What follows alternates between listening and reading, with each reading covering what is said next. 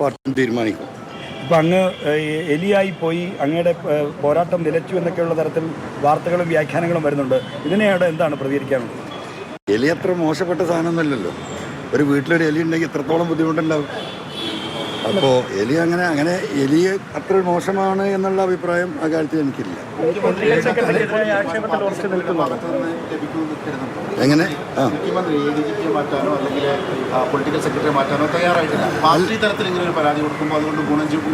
അല്ല, എനിക്കതിൽ പറയാനുള്ളത് ഇപ്പോൾ വലിയ വാർത്ത ഇപ്പോൾ 2 ദിവസമായിട്ട് കീഴടങ്ങി പൊങ്ങി മുങ്ങി എന്നൊക്കെ ഉണ്ട്. അത് നടക്കട്ടെ. ഇപ്പോൾ എലിയായിപ്പോയി, അതിലൊന്നും എനിക്ക് കുഴപ്പമില്ല. അപ്പോൾ എലിയായാലും പൂച്ചയായാലും ഞാൻ ഉയർത്തിയ എൻ്റെ വിഷയങ്ങളുമായിട്ട് പൊതുസമൂഹത്തിന് മുന്നിലുണ്ടാകും. അതിൽ ഒരു തർക്കവും നിങ്ങൾ കരുതണ്ട. പിന്നെ ഇപ്പോൾ നിങ്ങളുടെ ചോദ്യം ഇന്നലെയും ചോദിച്ചു, ADGPയെ മാറ്റി നിർത്തണോ? ഞാൻ അപ്പോഴും പറഞ്ഞ ഉത്തരം എന്താ, അത് ഗവൺമെൻറ്റും മുഖ്യമന്ത്രിയുമാണ് അത് തീരുമാനിക്കേണ്ടത്. ഇപ്പോൾ പാർട്ടിക്കും ആ കാര്യങ്ങൾ കൊടുത്തിട്ടുണ്ട്. സ്വാഭാവികമായും ഈ പാർട്ടിയെക്കുറിച്ച് നിങ്ങളെന്താ മനസ്സിലാക്കിയത്? ഇതൊരു അന്തസ്സുള്ള പാർട്ടിയാണ്, അന്തസ്സുള്ള ഗവൺമെൻറ്റാണ്, അന്തസ്സുള്ള മുഖ്യമന്ത്രിയാണ്. ആ അന്തസ്സുള്ള മുഖ്യമന്ത്രി, അന്തസ്സുള്ള ഗവൺമെൻറ്, അന്തസ്സുള്ള പാർട്ടി, അവരുടെ മുന്നിലാണ് എൻ്റെ പെറ്റീഷൻസ് ഞാൻ കൊടുത്തിട്ടുള്ളത്. ജനങ്ങളുടെ മുന്നിലാണ് ഈ കാര്യങ്ങൾ ഞാൻ തുറന്നു പറഞ്ഞിട്ടുള്ളത്. അങ്ങനെയുള്ളൊരു സാഹചര്യത്തിൽ ഒരു കാര്യം, ഒരു സൂചന പറയുകയാണെങ്കിൽ, ഹെഡ് മാസ്റ്ററെ കുറിച്ചൊരു പരാതി വന്നു. വളരെ സീരിയസ് ആയ പരാതി ഹെഡ് മാസ്റ്ററെ കുറിച്ച്. അതാരാ അന്വേഷിക്കുക?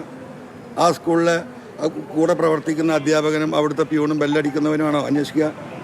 എന്നിട്ട് ആ അദ്ദേഹത്തിന് തന്നെയാണോ റിപ്പോർട്ട് കൊടുക്കുക? അല്ലല്ലോ. അങ്ങനെയുള്ള ഒരു നയം ഉണ്ടാവും തോന്നുന്നുണ്ടോ? അല്ല ഞാൻ ചോദിക്കട്ടെ, അല്ല അങ്ങനെ ഒരു സംഭവം ഉണ്ടാവുമോ? അല്ല, അതിപ്പോൾ ഇന്ന് തന്നെ അത് നടക്കണം. ഇന്നലെയല്ലേ പെറ്റീഷൻ കൊടുത്തിട്ടുള്ളൂ. ഇത് പഠിക്കണ്ടേ? അതിന്റെ പ്രൊസീജിയർ ഇല്ലേ? അല്ല, അതെനിക്കറിയില്ല. നിങ്ങൾക്കുള്ള തിരക്ക് എനിക്ക് കാര്യത്തിലില്ല. എനിക്ക് ഇതിന് പ്രൊസീജിയർ പാലിക്കേണ്ടതുണ്ട്. ആ പ്രൊസീജിയർ അനുസരിച്ച് കാര്യങ്ങൾ നീങ്ങും.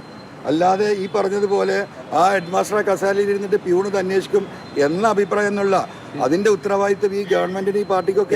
MLA പറഞ്ഞ വാദങ്ങൾ ഞങ്ങൾ അംഗീകരിക്കുന്നു. പക്ഷേ MLA പറയുമ്പോൾ ഈ MLAയുടെ പരാതിയിൽ ഒരു അന്വേഷണ സംഘം സർക്കാർ രൂപീകരിച്ചു. അപ്പോഴും ക്രമസമാധാനം എന്ന നിർണായക തസ്തികയിൽ MR അജിത് കുമാർ ഇരിക്കുകയാണ്. അത് അപ്പോൾ നീതിപൂർവമായ ഒരു അന്വേഷണം എങ്ങനെ നടക്കും? ഈ G. സ്പർജൻകുമാറാണെങ്കിലും തോംസൺ ജോസ് ആണെങ്കിലും അദ്ദേഹത്തിന്റെ റിപ്പോർട്ടിംഗ് ഓഫീസർമാരാണ്. അപ്പോൾ എങ്ങനെ നിഷ്പക്ഷമായ അന്വേഷണം നടക്കും? അല്ല, അതിപ്പോൾ നിങ്ങളുടെ ചോദ്യം തന്നെയാണ് എനിക്ക് ചോദിക്കാനുള്ളത്. അവിടത്തേക്ക് എത്തുന്നല്ലേ ഉള്ളൂ. കാരണം വീണ്ടും ഈ പറയുന്ന ഇദ്ദേഹത്തിൻ്റെ അടുത്തേക്ക് തന്നെയാണ് ഇവർക്കൊക്കെ പോകേണ്ടതുള്ളത്. ആ ഹെഡ് മാസ്റ്റർ അടുത്തേക്ക് തന്നെയാണ് എന്തെങ്കിലും കാര്യമായി പോകേണ്ടത്. അപ്പൊ അങ്ങനെ ഒരു സംഗതി ഉണ്ടാവോ? അല്ല, അങ്ങനെ ഉണ്ടാവോ? പിന്നിൽ ദൈവമാണ് എന്ന് ഇന്നലെ പറഞ്ഞല്ലോ. അങ്ങനെയാണെങ്കിൽ ആ ദൈവം ഏതെങ്കിലും മനുഷ്യരുടെ രൂപത്തിൽ അവതരിച്ചിട്ടുണ്ടോ അങ്ങേക്ക് പിന്നിൽ? അല്ല, ദൈവമായിട്ട് നിൽക്കുള്ളൂ. ദൈവം മനുഷ്യന്റെ രൂപത്തിലൊന്നും അവതരിക്കില്ല. നേരത്തെ പറഞ്ഞത് അദ്ദേഹം അങ്ങനെയാണ് ഈ റിപ്പോർട്ടിംഗ് ഓഫീസർമാരുടെ അടുത്തേക്ക് തന്നെയാണ് അവർക്ക് പോകേണ്ടത്. അപ്പൊ അങ്ങനെ ഒരു സാഹചര്യം നിൽക്കുമെന്നാണ് ഞങ്ങൾ ചോദിക്കുന്നത്. ഞാൻ ചോദിക്കുന്നത് അതാണ്. അങ്ങനെ ഉണ്ടാവും. പരിഹാരം വേണ്ടേ? അല്ല, അതിന് പരിഹരിക്കണല്ലോ. അതിന് പരിഹാരം ഉണ്ടാവണ്ടേ? അല്ല, അത് പഠിക്കട്ടെ എന്ന്. അങ്ങനെ ഉണ്ടാവോ? ഇപ്പൊ അങ്ങ് മുഖ്യമന്ത്രിയുടെ പൊളിറ്റിക്കൽ സെക്രട്ടറിയുമായി ബന്ധപ്പെട്ട് ചില ആക്ഷേപങ്ങൾ ഉയർത്തി. എങ്ങനെ? അങ്ങ് മുഖ്യമന്ത്രിയുടെ പൊളിറ്റിക്കൽ സെക്രട്ടറിയുമായി ബന്ധപ്പെട്ട് ചില വിമർശനങ്ങൾ പറഞ്ഞു. അതായത് ഈ അജിത് കുമാറിനെയും അല്ലെങ്കിൽ സുജിത് ദാസിനെയും ഒക്കെ ഈ നിയന്ത്രിക്കുന്നതിലുള്ള പോരായ്മ. ഇത് പറയേണ്ട ഏറ്റവും അനുയോജ്യമായ സ്ഥലമാണ് ഇപ്പോൾ അങ്ങ് കണ്ടുവന്നിറങ്ങിയ സ്ഥലം. കാര്യം അതൊരു രാഷ്ട്രീയ നിയമനമാണ് പൊളിറ്റിക്കൽ സെക്രട്ടറി. അപ്പോൾ ഇവിടെ നിന്ന് എന്തെങ്കിലും ഉറപ്പ് ലഭിച്ചിട്ടുണ്ടോ? ഇല്ല, ഞാൻ കാര്യങ്ങൾ പറഞ്ഞിട്ടില്ല. എനിക്കൊരു ഉറപ്പ് എവിടെ നിന്നും ലഭിച്ചിട്ടില്ല. നീതിപൂർവമായ ഒരു അന്വേഷണം ഈ വിഷയത്തിൽ നടക്കുമെന്നും കുറ്റവാളികൾ ശിക്ഷിക്കപ്പെടുമെന്നും ആ കുറ്റം ചെയ്തവർ അതിന് അനുസൃതമായ ശിക്ഷയ്ക്ക് വിധേയമാകുമെന്ന് തന്നെയാണ് ഞാൻ ഇപ്പോഴും വിശ്വസിക്കുന്നത്. അല്ല, അത് പാർട്ടി സെക്രട്ടറിയോട് പറഞ്ഞ കാര്യങ്ങൾ ഇപ്പൊ ഇവിടെ പറയണ്ടല്ലോ. ഞാൻ പറയേണ്ട കാര്യങ്ങളൊക്കെ പറഞ്ഞിട്ടുണ്ട്. MLA ഒരു വിസിൽ ബ്ലോവർ ആയിട്ട് ധാരാളം പാർട്ടി പ്രവർത്തകർ, നേതാക്കന്മാർ ഉന്നയിക്കാൻ ആഗ്രഹിച്ച പല വിഷയങ്ങളും ഇപ്പോൾ തുറന്നു പറഞ്ഞിട്ടുണ്ട്. അപ്പോൾ ആ തുറന്നു പറഞ്ഞത് ഒരു ഫലം കാണും എന്ന അത് പ്രതീക്ഷയാണോ? കാരണം അങ്ങ് പാർട്ടി സംവിധാനത്തിൽ പുറത്തു നിൽക്കുന്ന ഒരാളാണ്.